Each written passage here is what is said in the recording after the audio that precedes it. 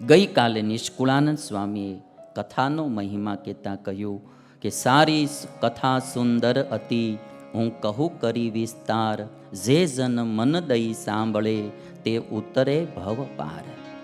અને સ્વામીએ લખ્યું કે હળવે પુણ્યે કથા મળતી નથી. નિષ્કુળાનંદ સ્વામી લખે, હળવે પુણ્યે હોય નહીં, વળી હરિ કથાનો યોગ, મોટે ભાગ્યે એ મળે, ટળે ભારે મહાભવ રોગ. આ દુનિયામાં ઘણા બધા તનના રોગ છે અને ઘણા બધા મનના રોગ છે.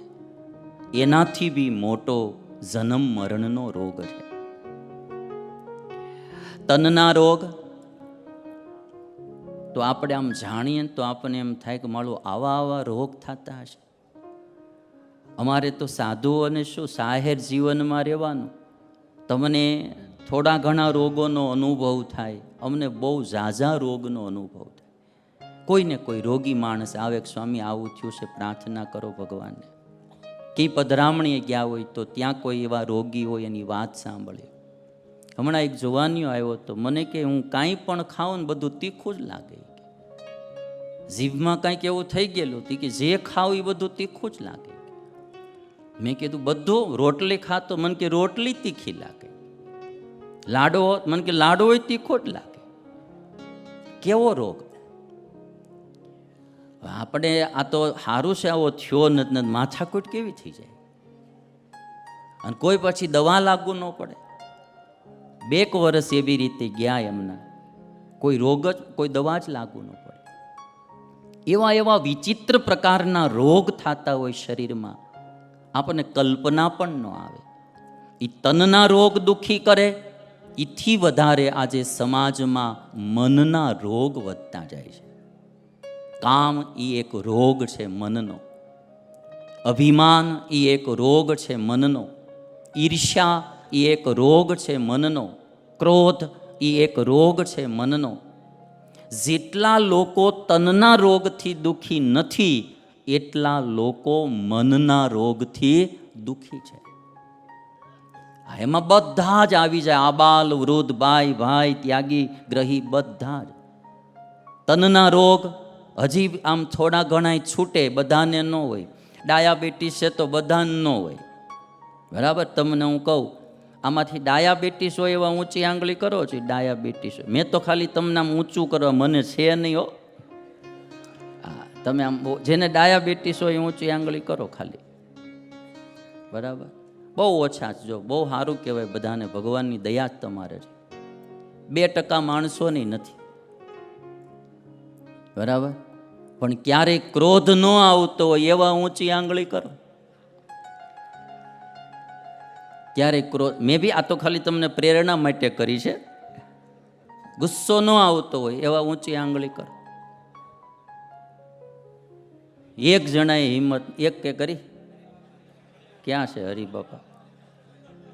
હરિબાપા એક કરી લ્યો. હાલ છગનભાઈ, તમને નહીં આવતો? કોઈ દી નહીં? બહુ આવે છે ને? હા, તો તમે સાચા માણા નીકળ્યા. હરિબાપાને નહીં આવતો હોય. ઈર્ષ્યા નો આવે, ક્રોધ નો આવે, કામના વિચારો નો આવે, માન નો આવે, અભિમાન નો આવે. આવા માણસો ગોતવા બહુ કઠણ પડે.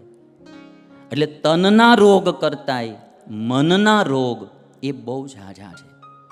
અને મનના રોગ કરતાંય ભયંકર દુઃખી કરનારો રોગ એ જન્મ મરણનો રોગ છે, જેને ભવ રોગ કહેવાય, જન્મ મરણનો રોગ કહેવાય.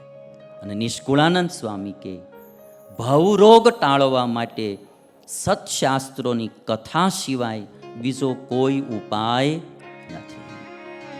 ભવ રોગય મોગ જાણી, પ્રાણી કરે કોઈ વિચાર, યહ વિના ઔષધિ કે નથી નિશ્ચય નિર્ધાર. ભવરોગ ટાળવાની સૌથી કોઈ મોટી દવા હોય તો એ ભગવાનની કથા છે, સત્શાસ્ત્રોની કથા છે. રામાયણ, ભાગવત, સત્સંગી જીવન, એની કથા સાંભળવી એ ભવરોગ ટાળનારી છે. પણ સ્વામી કે શું કરીએ, ઘણા લોકોને બીજું બધું સાંભળવું બહુ ગમે છે, પણ ભગવાનની કથા સાંભળવી ગમતી નથી. નિષ્કુળાનંદ સ્વામી ઉદાહરણ કેવું આપ્યું કે ગાય કે ભેંસ હોય એના આવુમાં ઈતળીઓ ચોટેલી હોય. ગામડામાં રહેલા લગભગ તમે બધાએ જાણ્યું હોય, આવુમાં ઈતળીઓ ચોટેલી હોય. આવુમાં દૂધે હોય અને આવુમાં લોહી પણ હોય. બે વાનું આવુમાં હોય. આંચળ ત્યાં જ હોય એટલે આંચળમાં દૂધ આવે, આવુમાં થઈને જ આંચળમાં દૂધ આવે. સ્વામી કે આવુમાં દૂધ બી હોય અને લોહી બી હોય, પણ ઈતળી કોઈ દી દૂધ ન પીવે, નકરું લોહી જ પીવે. એને દૂધનો સ્વાદ નહીં, એને નકરો લોહીનો સ્વાદ. એમ સ્વામી કે આ દુનિયામાં ઘણા જીવ ઈતળી જેવા છે, એને ભગવાનની કથારૂપી દૂધ પીવું ગમતું નથી, એને નકરું ગામનું લોહી પીવું.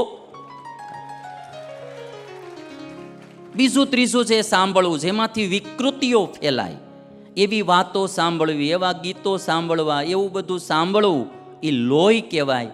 એવી ઈતળીઓને લોહી ગમે, એને દૂધ ગમતું નથી. અને બહુ સમજવા જેવી આ વાત છે.